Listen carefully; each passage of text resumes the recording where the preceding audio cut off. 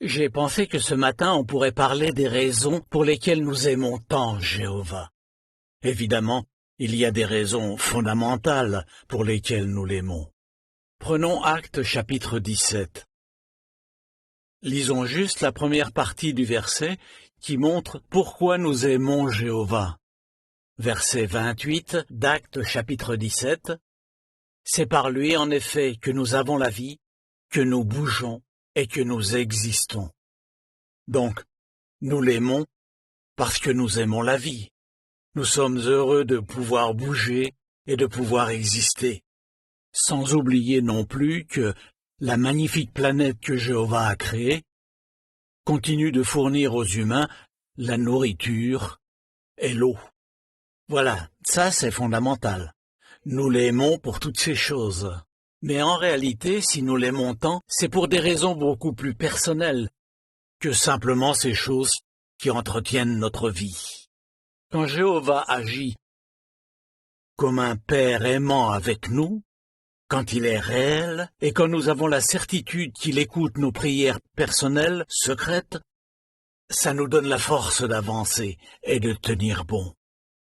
Maintenant, il faut dire qu'il y a des serviteurs de Dieu, y compris certains qui ont grandi dans la vérité, qui n'ont pas eu un père humain aimant dans leur enfance. C'est vrai que les raisons pour lesquelles un père n'aime pas ses propres enfants peuvent être nombreuses, mais elles ne sont jamais justifiées. On constate souvent que des personnes qui ont souffert d'un manque d'amour dans leur enfance deviennent, hélas, des adultes remplis de sentiments négatifs. Ils peuvent être rongés par ces sentiments négatifs, et alors leur vie devient une suite de hauts et de bas émotionnels, et ils ont du mal à affronter chaque journée. Ce qui est rassurant, c'est que ces sentiments négatifs, quand on adore Jéhovah et qu'on l'aime, on peut souvent les éliminer, ou au moins les maîtriser, justement grâce à cette intimité que nous avons avec Jéhovah. Jéhovah nous a attirés à lui. Nous le remercions pour cela. Ce n'était pas mérité. Mais il y a encore une autre raison pour laquelle nous l'aimons tant. On la trouve dans un verset souvent cité dans nos publications, en psaume 34. Prenons donc le psaume 34. Beaucoup d'entre nous connaissent bien ce passage, mais réfléchissons dessus. Verset 18. Jéhovah est proche de ceux qui ont le cœur brisé. Il sauve, selon la note, ceux qui ont l'esprit écrasé. N'est-ce pas que nous aimons ce verset, surtout si nous avons traversé des moments durs, ou, comme je l'ai dit, si notre Père ne nous a pas montré d'amour. Tout ça peut briser le cœur et faire qu'une personne se sente l'esprit écrasé, complètement découragé, incapable d'affronter les choses les plus simples de la vie. Pour illustrer cette idée, je voulais vous montrer ce magnifique cristal, ces deux oiseaux. C'est un très bel objet, n'est-ce pas? Et j'y fais très attention parce que, en fait, c'est à ma femme. Vous savez comment c'est, hein? Ce qui est à moi est à elle, et ce qui est à elle est à elle. Non, je plaisante. Donc, c'est quelque chose de toute beauté, ces deux oiseaux en cristal. Mais imaginez que vous preniez un marteau, un gros marteau, et vous donnez un grand coup. Ça vous donne une idée de ce que veut dire écraser. L'esprit écrasé. Vous commencez à saisir le sentiment que certains d'entre nous ont éprouvé. L'esprit écrasé. Et une des raisons pour lesquelles nous aimons tant Jéhovah, c'est qu'en fait, il a le pouvoir, grâce à son amour, de recoller les morceaux, pour que nous puissions continuer d'avancer, continuer de l'aimer, de l'adorer, pour l'éternité. C'est vraiment un créateur merveilleux, notre Père céleste Jéhovah. C'est pour ça que nous l'aimons tant. Il est le seul qui peut faire ça. On le sait, un autre humain comme nous, qui nous aime, ne peut pas vraiment recoller les morceaux. Il peut nous consoler et le devrait, mais seul Jéhovah peut nous réparer. Pour mieux comprendre encore pourquoi nous l'aimons tant, voyons ce que dit Isaïe, chapitre 49. J'ai toujours aimé ce verset. Et ça m'est plusieurs fois arrivé de l'utiliser pour encourager quelqu'un qui souffrait pour différentes raisons liées à son enfance, un manque d'amour ou des maltraitances. Isaïe 49, et voyez ce qui est dit au verset 15. Ici, Jéhovah dit, « Une femme peut-elle oublier son nourrisson ou ne pas ressentir de compassion pour le fils qu'elle a porté?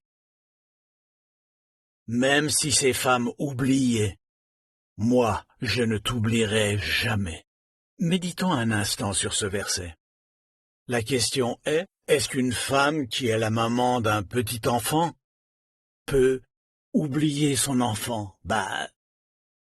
On a régulièrement aux informations des cas de mères qui font ça. On est horrifié d'entendre qu'une mère a laissé son enfant dans la voiture, sous la chaleur, et que l'enfant est mort. Dans certains cas, cet enfant est encore un bébé. Ça peut arriver. Oui, ça arrive. Mais quand même, dans la plupart des cas, et c'est pour ça que Jéhovah se compare à une mère, les mères jouent un rôle merveilleux dans la vie de leur enfant. Juste pour vous donner un exemple. Quand mes deux fils étaient petits, ils avaient à peu près 1 an et demi de différence, donc l'un était tout bébé et l'autre avait à peu près 1 an et demi. Et à l'époque, on habitait dans un appartement au premier étage, et à côté de chez nous, il y avait une voie ferrée. Alors il n'y avait pas des trains qui passaient toute la journée, mais il y avait cet express qui reliait New York à Providence dans le Rhode Island, et qui passait tard le soir, et tôt le matin avant l'aube. Et toute la maison vibrait, pour vous dire comme on était près de la voie ferrée. Mais le loyer était pas mal, donc ça permettait qu'on arrive à joindre les deux bouts. Alors moi, ça me réveillait à chaque fois, j'entendais tout, le train, tout ça, la maison qui vibrait. Par contre, ma femme, Suzanne, elle dormait à point fermé. Ça la dérangeait pas. Le train passait, je la regardais et je me disais « Ah, si je pouvais dormir comme ça !» Par contre, quand un de nos deux garçons se mettait à pleurer, quelle que soit l'heure de la nuit, elle bondissait du lit et elle s'occupait de lui. Et moi j'étais là à me demander « Mais qu'est-ce qui se passe ?» Mais c'est cet amour-là, l'amour d'une mère aimante, que Jéhovah souligne ici. Et c'est bon d'y réfléchir. Ça m'a toujours impressionné que Jéhovah parle de cette façon des mamans, de leur amour pour leurs enfants. Et c'est vraiment très touchant. J'y pense très souvent. Si on a eu une maman comme ça, on devrait la remercier. Et si on ne l'a pas fait récemment, ce serait une bonne idée de le faire. Alors, la raison pour laquelle nous aimons tant Jéhovah, au vu de ce verset, c'est parce que Jéhovah compare le tendre amour d'une mère à son amour. Et l'image est frappante parce qu'effectivement, on a déjà vu ça au cours de l'histoire. Ces femmes peuvent oublier. Des femmes peuvent devenir égoïstes à ce point, ou pour d'autres raisons oublier leur nourrisson. Mais Jéhovah, lui, ne vous oubliera jamais, ni vous, ni moi. Donc vraiment, quel que soit notre passé, que nous ayons eu de bons parents ou non, nous pouvons être joyeux parce que nous aimons tant notre Dieu Jéhovah.